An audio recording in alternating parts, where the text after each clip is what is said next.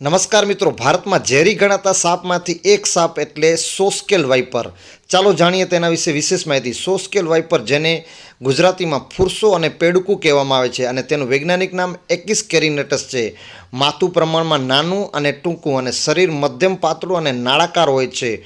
પુખ્ત વયનો સાપ જેની વધુમાં વધુ લંબાઈ 32 ઇંચ હોય છે.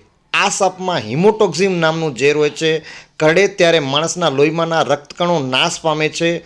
અંતે મગજને પ્રાણવાયુ એટલે ઓક્સિજન ન મળવાથી માણસનું તાત્કાલિક મૃત્યુ થઈ જાય છે. ભારતમાં ફુરસો સાપ એટલે સોસ્કેલ વાઇપર પછી નાગ એટલે કોબરા, કાળોતરો એટલે કોમન ક્રેટ, ખડચિત્તર એટલે રસેલ વાઇપરની ગણના સૌથી ઝેરી સાપમાંથી થાય છે. આ સાપ વીછી, કાન ખજૂરો, ગરોળી અને દેડકાને પણ ખાય છે. આ સાપને લોકબોલીમાં ઉડકનું સાપ પણ કહેવામાં આવે છે. જો વિડીયો અને માહિતી સારી લાગી હોય તો please like, share and subscribe. ધન્યવાદ.